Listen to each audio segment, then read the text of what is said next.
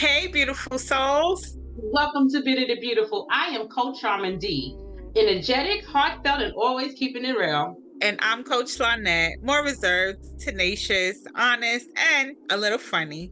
Together, we're here to guide you through transforming your bitterness into something truly beautiful. Join us on this journey of healing and empowerment. Thanks for joining us. We hope that this episode helped you to see it's possible to love someone even when liking them is a bit of a stretch sometimes. Join us next week for part 2. You won't want to miss the deeper dive into navigating those tricky love but don't like moments. In the meantime, be sure to subscribe, share this episode with a friend who could use a little relationship insight. Check out the Bitter to Beautiful website and leave us a review on your favorite podcast platform. Your support means the world to us, and we can't wait to hear your thoughts. Well, hello, beautiful souls. We had such a lovely conversation in our last episode 49, talking about I love you, but I don't like you. The conversation continues, so we hope that you enjoy and that you are healed in the process to be beautiful and not bitter. Here we go. Hello, beautiful souls, and welcome to our 50th episode of the Bitter to Beautiful podcast. We're so excited, and I am your host, Coach Lonette, and I'm thrilled that we've reached this milestone together. Well, we're continuing part 2 with I love you, but I don't like you, and we're going to dive deeper into the practical steps and new angles that can help us navigate the tension between loving someone and confronting behaviors we find difficult or even hurtful. Coach Charmin? Yes, indeed, our 50th episode. Whoop, whoop, whoop, whoop, whoop, whoop. This is a big moment for us, and we couldn't have done this without you, our amazing listeners. I am Coach Charmin D, and in our previous episode, I love you, but I don't like you, we focused on recognizing that genuine love doesn't require blanket approval. Today, we will expand on that concept.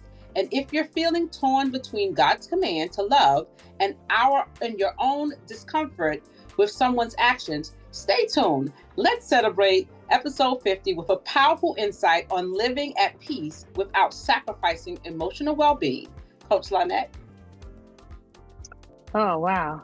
Without sacrificing emotional well-being. I like that part. So let's take a look at our scriptures for this episode. And we have 2. The first is Romans 14:19. So then let us aim for harmony in the church and try to build each other up. This verse highlights the biblical call to foster harmony and build others up, not by ignoring serious concerns or wrongdoing, but by working together in a spirit of love and mutual respect. Colossians 3:14 says, beyond all these things, put on love, which is the unifying bond of perfect harmony. Love, especially God's selfless love, serves as the binding force that keeps relationships balanced.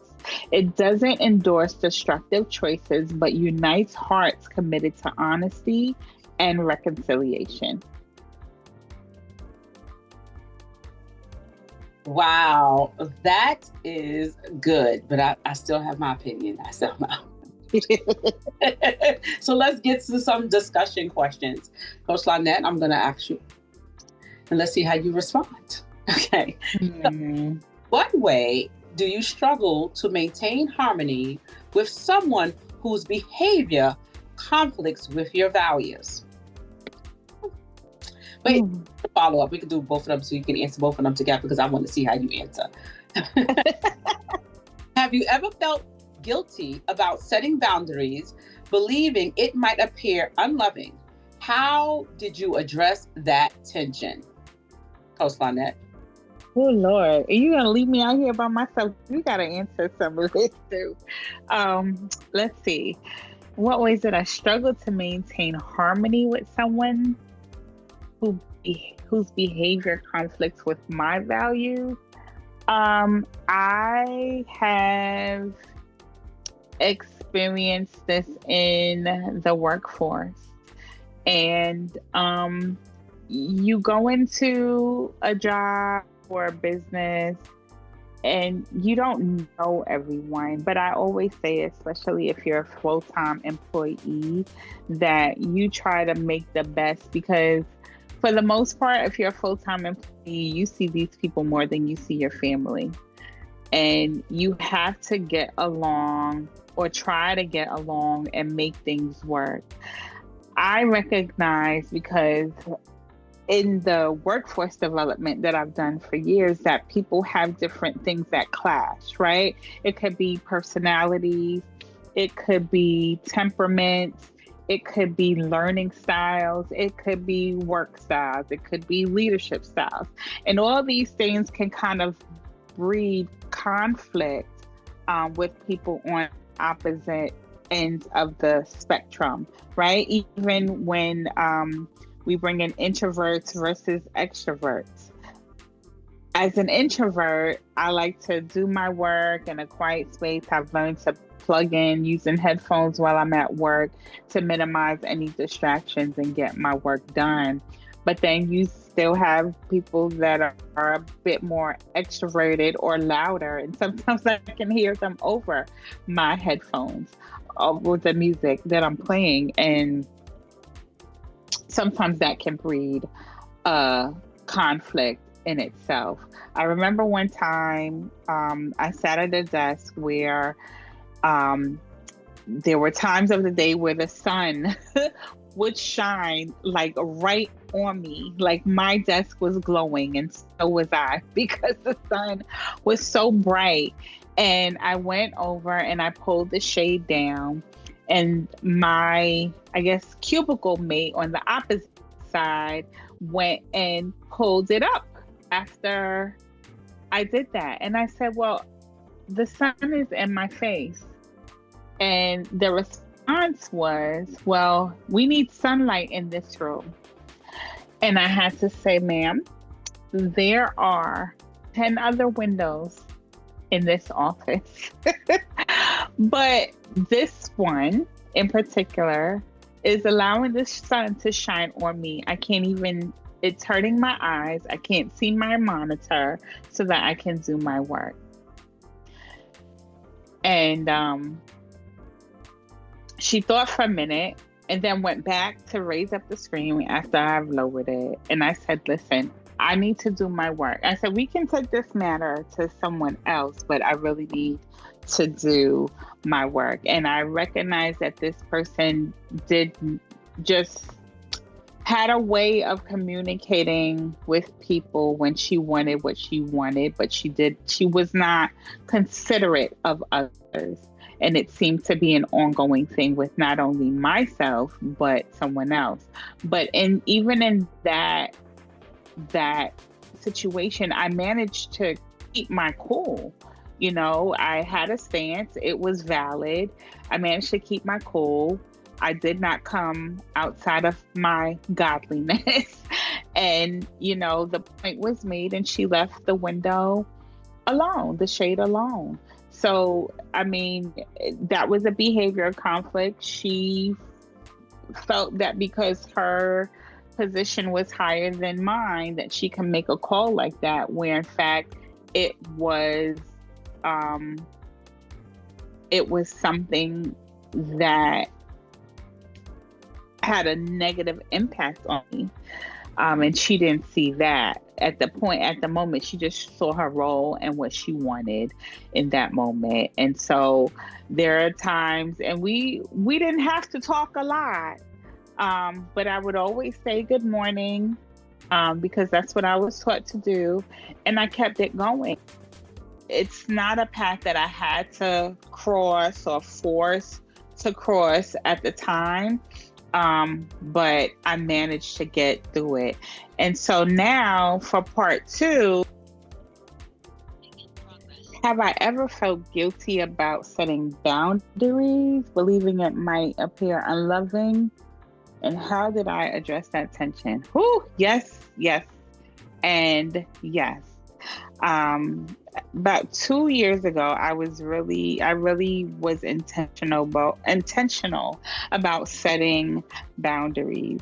And it was uncomfortable because while I had some boundaries in place, there were some boundaries I really had to put in place for my overall well-being.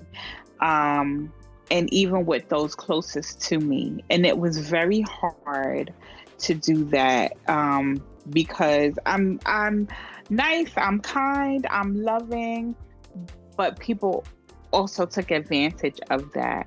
And so with setting those boundaries, I had to be firm in them. Something as simple as saying no. And I say it's something as simple, but it doesn't always turn out to be as simple when you haven't done it. But my no's to people began to offend them. People were offended by me saying no. And I had to think about my mental health. I had to think about my family. I had to think about my schedule and different things that I had to do. And I would overcompensate and be overwhelmed.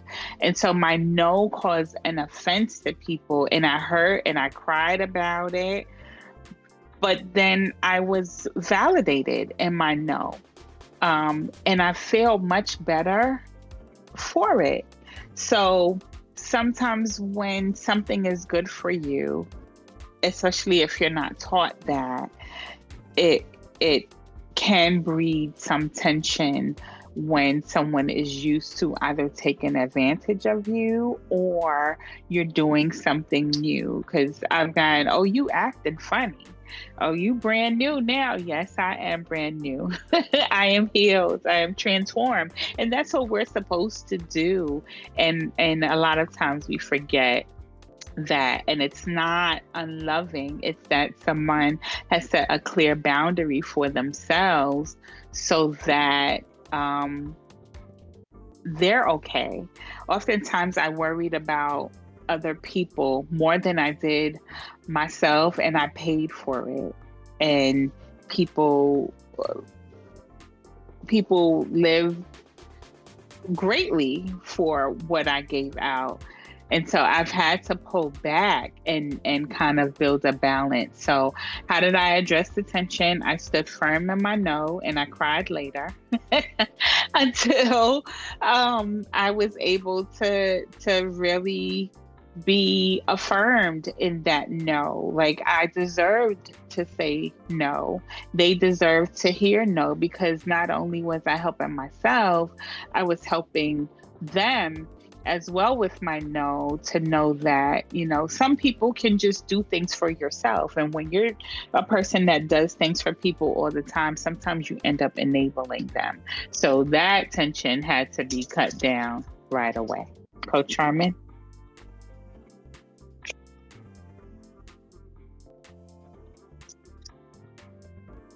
That was good. Yes. That was really good. So, if I had to answer the questions, in what way do you struggle to maintain harmony with someone whose behavior conflicts with your values? I work in HR. There's always someone's behavior that's conflicting with my values. So it has been interesting for me. I often wrestle with whether I should speak or be silent, because sometimes I'm a work in progress. I can be very, I don't want to say abrasive, because it's not abrasive. I try to lead with love all the time, but it depends on how much that particular person is pushing the bear, or poking the bear. So I try to work really hard to compromise. I don't compromise my core beliefs. I just try to be mindful that everybody doesn't believe what I believe. Everybody don't feel the way I feel. So I have to be mindful of that. So I try my best, because of what I do, is to not cause unnecessary conflict, to kind of talk it out, have conversations, try to meet them where they're at, and try to help to resolve it. I don't like to be in an environment where I'm walking on a tightrope, where I feel like I can't speak. So I use my words wisely, very wisely, and make sure that I am being respectful to others as I respect them, as I expect them to respect me as well. But I still like them, though. Let me just say that I love them with Jesus, with the love of Jesus Christ, and I also like them. I'm just saying. Have you ever felt guilty about setting boundaries, believing that it might appear unloving, and how did you address that tension? So I agree totally with everything what Coach Lonette says, because we both have the gifts of help and servant. We have servant heart. So all we do is continue to serve and continue to serve despite us. But I've learned, and I'm learning more and more every day, let your no be no and your yes be yes. And I have to be mindful of that, because I have allowed saying yes to affect my peace. And now I have to keep my peace. So in keeping my peace, I'm mindful of when I say yes, and I'm mindful of when I say no. And I'm mindful that I'm not saying yes consistently just because I want to make somebody else feel good. I have to literally assess the whole situation and determine whether I should be saying yes or no. So I'm like Coach Lonette too, because she's taught me, can I think about that and get back to you? Because that's what I do. I say, can I think about that and get back to you? I still love you and I still like you, but I'm going to just think about it and get back to you. And I've learned that that's important, because it, one, again, protects my peace. And it stops me from putting people before, like, myself, and putting people before my family. Like, it was actually affected my marriage at one time, because I kept saying yes, and that took me out the house. And remember, your home is your first ministry. So, Coach Lonette.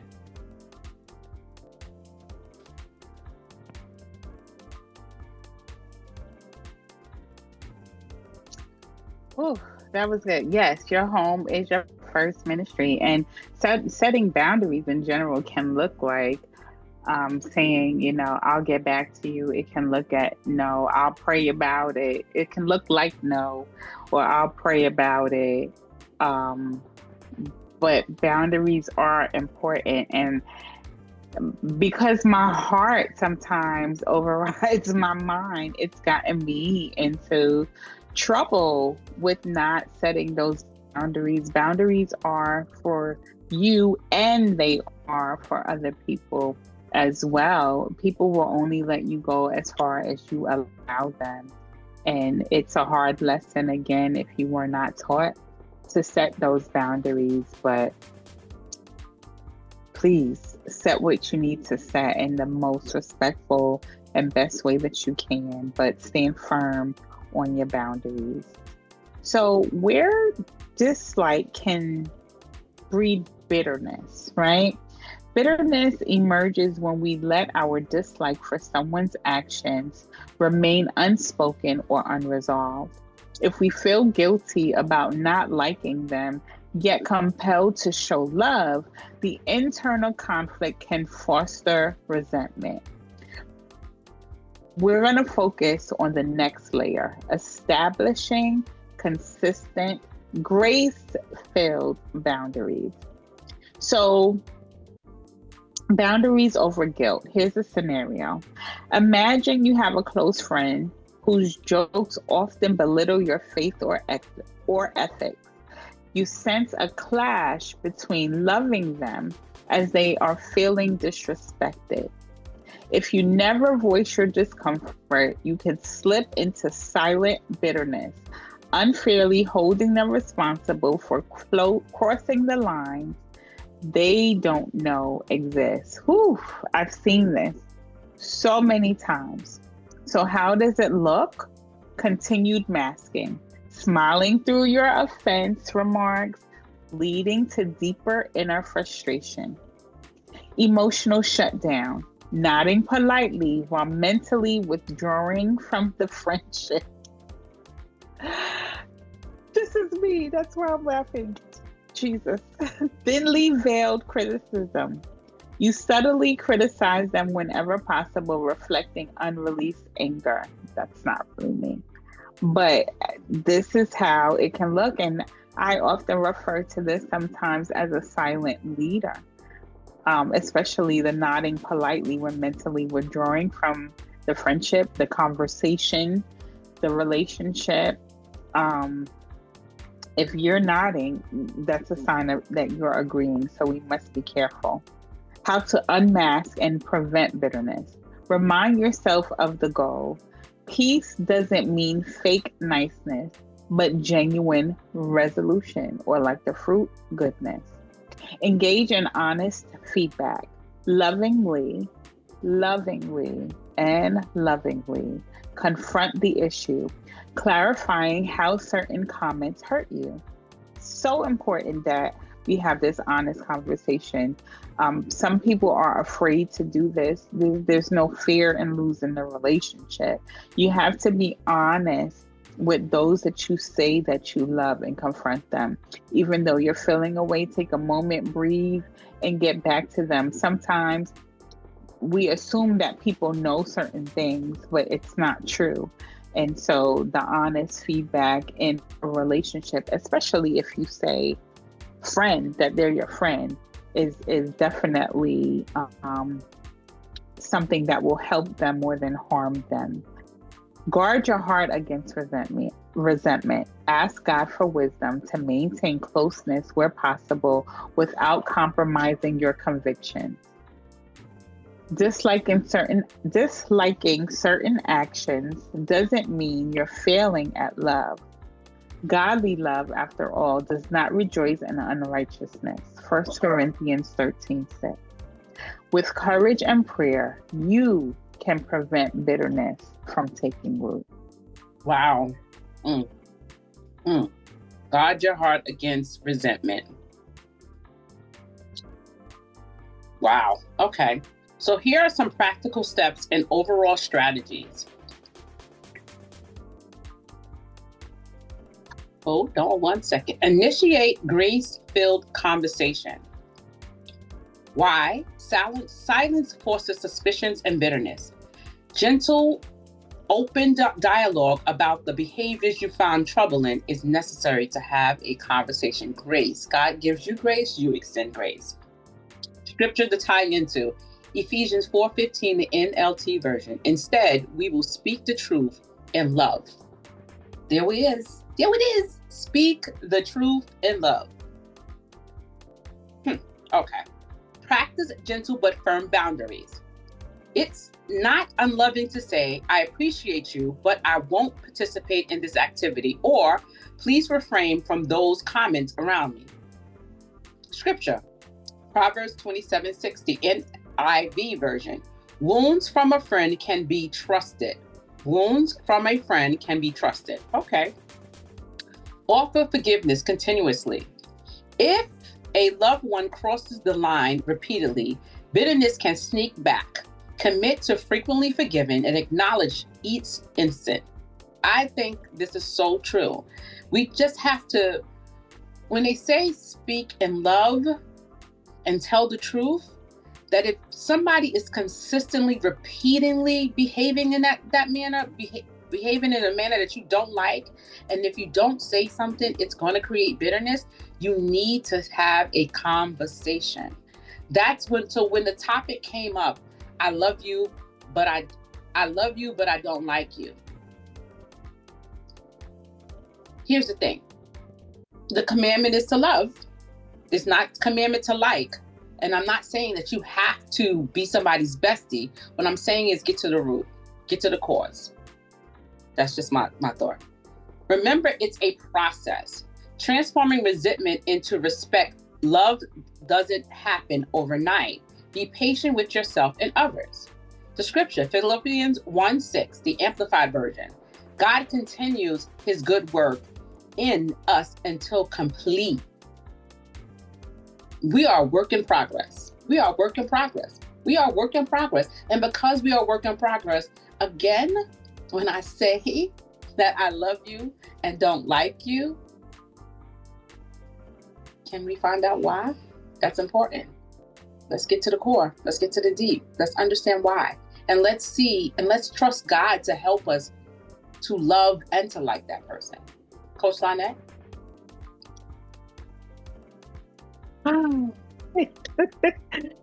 I still don't. I think that we are not God. And even though we are made in his likeness, there are just people that we're going to come across that we're not going to like, but we still will love them. Yes, we can get to the root of why we don't like them. It can be a trauma. It can be a trigger. It can be that they clash with your temperament, learning style, leadership style. And I was talking to Coach Charmin, even leadership styles such as transformational leadership and servant leadership can clash sometimes, because the servant leader would keep helping and helping and helping and helping to the point where sometimes they can enable, while a transformational leader would be doing things to provide more challenges and equipping as opposed to enabling. So there are different things like that where we can clash. We can still get understanding and try to get along, but I don't feel like I should force a relationship because God commanded us to love. He commanded us to love. He didn't command us to like. And I think that everyone is unique in their own way and they have their differences.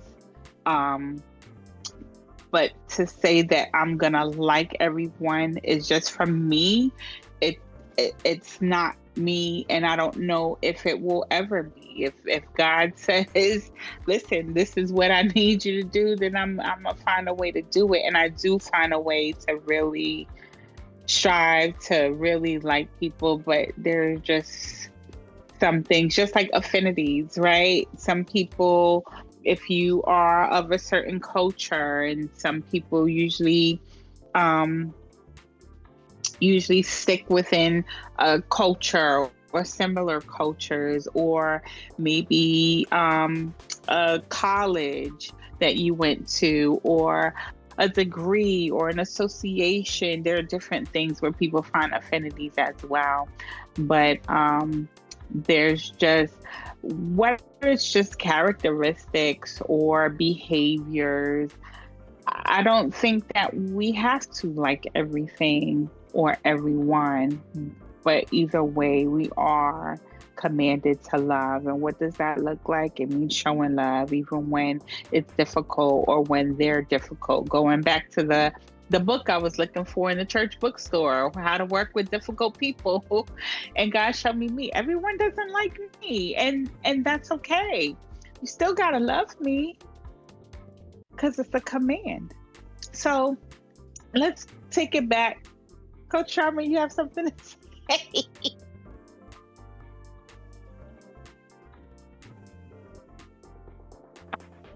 Because, again, the Bible does not command us to like. And God does all things well, so he does things very intricately. If he felt the need to tell you that he needed you to like somebody, I'm pretty sure he would have put it in the word. But I don't think it was necessary to put in the word because again, the way the love is described in the Bible is as agape love, and it's sacrificial love.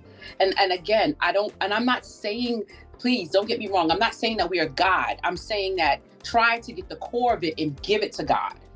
Understand what it is that you don't like about that person and give it to God and say, Lord, I don't like this person. Why don't I like this person? Should I be liking this person? Maybe I can do something to like this person. I mean, that's what I'm saying. So then that God would he will do the healing. He would help you from the trauma, not you trying to do it. He's going to do it. But and again, the description of agape love to me seems so deep that how is it possible for me to tell somebody that I love them, but I don't like them? Now, I may not like some things about them, like your hair just not fly right now. I just don't like that hairstyle on you. Yes, but that doesn't leave me to not like them. I just don't like something about them. So maybe I'm mixing it up. Maybe that's the question. If I tell somebody I don't like the way their hair looks, does that mean that I don't like them? No, it's just that I don't like the way your hair looks. So that's what I thought. So if that's the case, when you say I love somebody, but I don't like them, that means you don't like them. And you know what that leads to. It's a thin line between like and disliking somebody and bitterness. And that can be, if you take the time to think about it, it can put you at that bitterness level if you keep saying that you don't like somebody. And then how many of us say we don't like somebody and then share it with somebody else? And then now my friend Jean don't like her because I said I don't like them. And then now everybody not liking it. And is that of God? I just want to know. I just want people to think about that. Selah moment. Is that of God? Thank you. I think that people can still have love for people and still have some type of bitterness toward them. And it just happens like that. It can happen in a marriage. It can happen and it could be over something that's really small. So there's so many ways to move this, but ultimately our goal is to make sure that people are aware that bitterness can take hold if you allow it to. If you sit in that, if you build any type of resentment and know that there's something wrong when you allow the thing that hurts you to fester. Now, even when it comes to forgiveness, just because you forgive someone, let's say you and your friend had an issue, and because it happens all the time in friendships specifically, in other relationships, but let's talk about friendships, right? If you and a friend had an issue where you just couldn't agree, or the friend continued to violate you in a way, and you spoke up about it, and you forgave the friend and decided, I forgive you, but maybe it's time for me to move on. I think that in seasons, when seasons come, there are times when God will separate us from people, and it may cause us to dislike them even in that season, whether it was we were disobedient when he said step away, or we were being obedient, something happened to cause the separation, because that's what the ultimate plan was, that the friendship was only meant for a season. So in that case, you may have a dislike because of the person's behavior, and you may choose to forgive them and still walk away from the friendship. So that's how I'm seeing it. Yeah, I'm still gonna love you. I don't hate you. I even forgive you. But this is not for me anymore. And I think that is a form for me of I love you, but I don't like you. Got you. I got you. So I got you. I see how you said it in that context. And now I understand what you're saying. Yes. So you stepping away based on how that person is treating you. And it's a form of you basically saying, I love you, but I don't like you. I'm not going to do you. All I'm saying is that it's okay. I'm not saying to be that person's friend. I'm not saying to keep that person in your space and keep that person around you. I'm saying carrying a dislike for someone to me is a concern, because I don't feel, and again, this is me. I'm not pushing on it. No, this is not popular.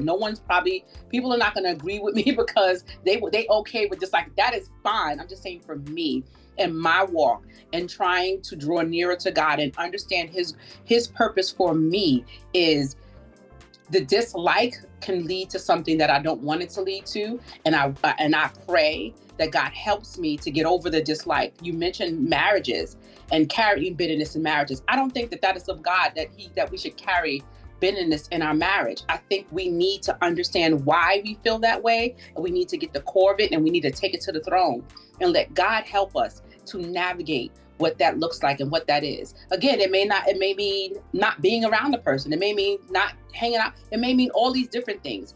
But I think it's necessary to take the time to figure out why I have a disdain for this person that I really want to say, I love you, but I don't like you. So again, this is me.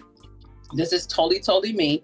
And again, I believe that because God is all knowing, I believe because God's love transcends, that he wouldn't say have agape love and say it's okay for you to not like the person that you have the agape love for. But that, again, that's me. It could be my interpretation, just like Lonette.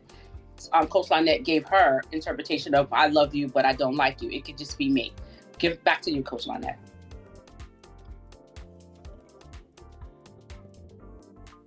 This is good. This is really.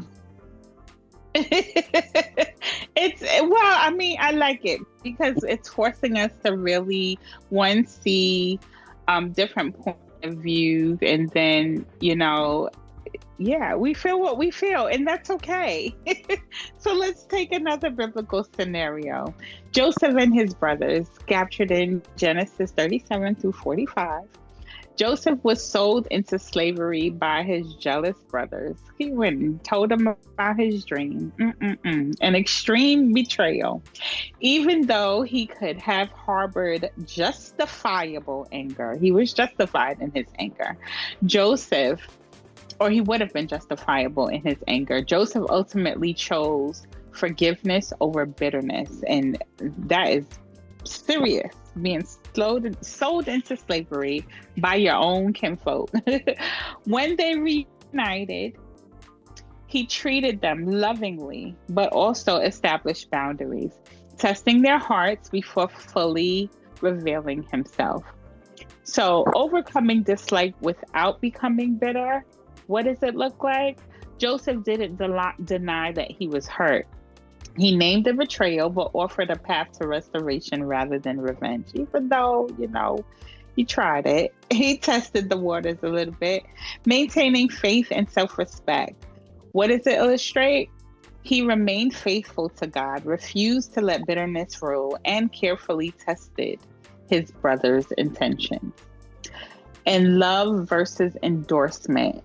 Joseph's story shows we can refuse to let others' destructive choices pollute our hearts while still embracing God's redemptive plan for reconciliation. Oof. Joseph's example underscores the idea that we can love even family that hurt us. Joseph's example underscores the idea that we can love even family that hurt us without endorsing their betrayal. Boundaries and godly wisdom led to healing rather than simmering resentment. And it took years, but it led to healing rather than simmering resentment. Coach Charmin? Wow. I want to say this, and again, people are going to come for me, but I pray that you don't. Because God calls us faith. We calls us to have faith, right? And if we think about what faith means and how faith is described as trust or confidence in something or someone greater than yourself, often without direct proof or visible evidence. In biblical context, Hebrews 11:1 offers a well-known definition. Faith is the substance of things hoped for and the evidence of things not seen. This means placing assurance in God's promises and his character, and even circumstances or logic that don't fully confirm the outcome. What I'm saying to you is have faith. Trust in what God tells you to do. Seek his face on all of this. We don't want anyone to be lost. The goal of having a faith-based podcast is because we coming out of the church and we coming to bring you in. And we don't want anybody to be lost. So if there's any opportunity for us to say to you, listen, sis, listen, brother, listen, how about you take it to God if you don't like somebody and not tell the whole posse that you don't like them, but take it to God. How about you do that? We're going to say that. We're going to say it as much as you can, because at the end of the day, when it's time to stand before God in judgment at the pearly gates, we don't even know if it's going to be at the pearly gates, but if it's time to stand before God in judgment, we don't want you to have to come up with a bunch of excuses why he should let you in. We want you to be able to say, and him to say, well done, my faithful servant. Now, listen, I'm not saying that that you're going to get convicted of not liking somebody. I'm not saying that. I'm saying that why take the chance? Why trust it? Have faith. Trust God. He's going to help you get through the fact that you don't like somebody, but you love them. He'll help you. He can do all things. All things are possible through him. Here are some stats and facts. Boundaries and emotions well-being. According to the study in the Journal of Interpersonal Relations, people who confidently set boundaries experience 30% lower stress levels than those who avoid relationship expectations for fear in appearing unloved. So if you don't set boundaries, you're probably going to be more stressed. So you got to set boundaries. Unforgiveness and mental health.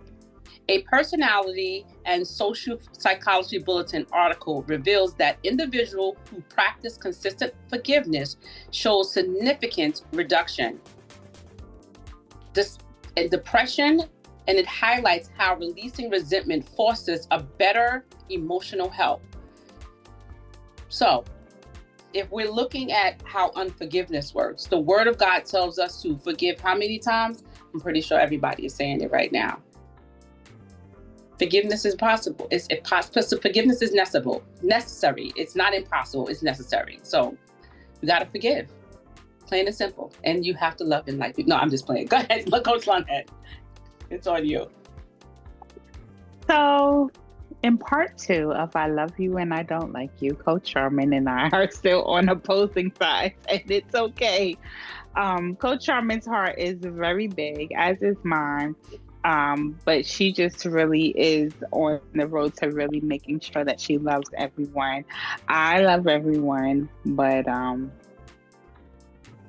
have my stance. So 1 Corinthians 13 is the love chapter in the Bible. And starting at verse 4, it says, love is patient, love is kind, love does not envy, it is not boastful, it's not arrogant, is not rude, is not self-seeking, is not irritable, and does not keep a record of wrong. Love finds no joy in unrighteousness, but rejoices in the truth. It bears all things, believes all things, hopes all things, endures all things. Love never ends. And that ended at verse 8. So sometimes there may be a reason, a season, or a lifetime in your relationships. Hopefully not your marriage. We pray that your marriages are complete through the ups, the downs, the hills, and the valleys. But love does endure all things. And sometimes that may require a break in a friendship. I've had a friendship where there was a break and it did not literally end. There was just a moving away and, and just rekindling that in the last year or so. God did a work in both of us. Not that anything was wrong, but we can appreciate the growth in one another. And I never not liked her, so I don't know how this kind of goes, but it kind of goes with love and enduring all things. You just sometimes may need a break from somebody, and that break is something, like I said, God can cause that separation and say, okay, you need to go over here and work on this, you need to go over here and work on this, because the two of you or the group of you together right now is not going to work right now. And that can be a cause for why you don't like somebody. You may still love them, may not want to be around them or talk to them in the moment, because you could be growing one way and they could be growing and going in another. So be sensitive to these things. Don't walk away with malice in your heart or unforgiveness and all the negative things, but hold on to love, that even if you separate from somebody, remember to release the resentment and all those negative feelings, and learn that love is a command. So you have to love them anyway. Even if they're saying something you don't like, you don't have to go off. You can remain calm, because the first thing in verse 4, it says love is patient and it's kind, right?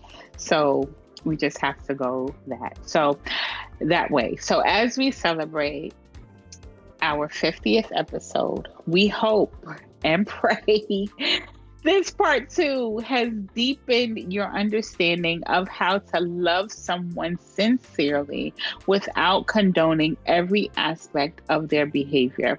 Remember that it's possible to love in truth, caring deeply, yet maintaining clear boundaries for your emotional and spiritual health. Exactly, Coach Lonette. If you're feeling torn between biblical love and dislike certain habits and people around you, know that God's grace empowers you to navigate those tensions honestly. Know that God's grace navigates. Hold on, let me say that again. Know that God's grace empowers you to navigate those tensions honestly. For more insight and to share your experience, visit bittertobeautiful.com. Don't forget to subscribe and leave a message. We would love to hear from you. And know in your heart that God doesn't want you bitter. He wants you beautiful. Coach Lonette? Thank you so much. I hope you enjoyed today's conversation, because we did. Thank you for joining us in this continued conversation on I love you, but I don't like you. Here's to 50 episodes of growth, healing, and transformation together with my friend, my sister, Coach Charmin. Let's keep turning bitterness into beauty, one conversation at a time. Take care. Peace. As we wrap up today's episode, we want to extend our deepest gratitude to you, our listeners. Transitioning from bitter to beautiful isn't just a moment, it's a movement, a continuous journey of transforming pain into power, one heart at a time. And to all our first-time listeners, welcome to the family. We are a community of souls committed to healing, growth, and transformation. Click on the link in the bio to subscribe to our mailing list and tune in every week. When you subscribe, you'll also receive information about our live pop-up rooms on Clubhouse. As we embrace life's journey and find the beauty in overcoming bitterness, remember, bitterness isn't beautiful, and your healing is just the beginning of a beautiful new chapter. Don't forget, new episodes are released every Saturday. Whether you're listening on Spotify, Apple Podcasts, iHeartRadio, Amazon Music, or Listen Notes, there is a space for you here to find healing, inspiration, and strength. Thank you for joining us. Until next time, keep embracing the journey, keep healing, and keep transforming. Here's to turning all our bitter experiences into beautiful victories. See you next time.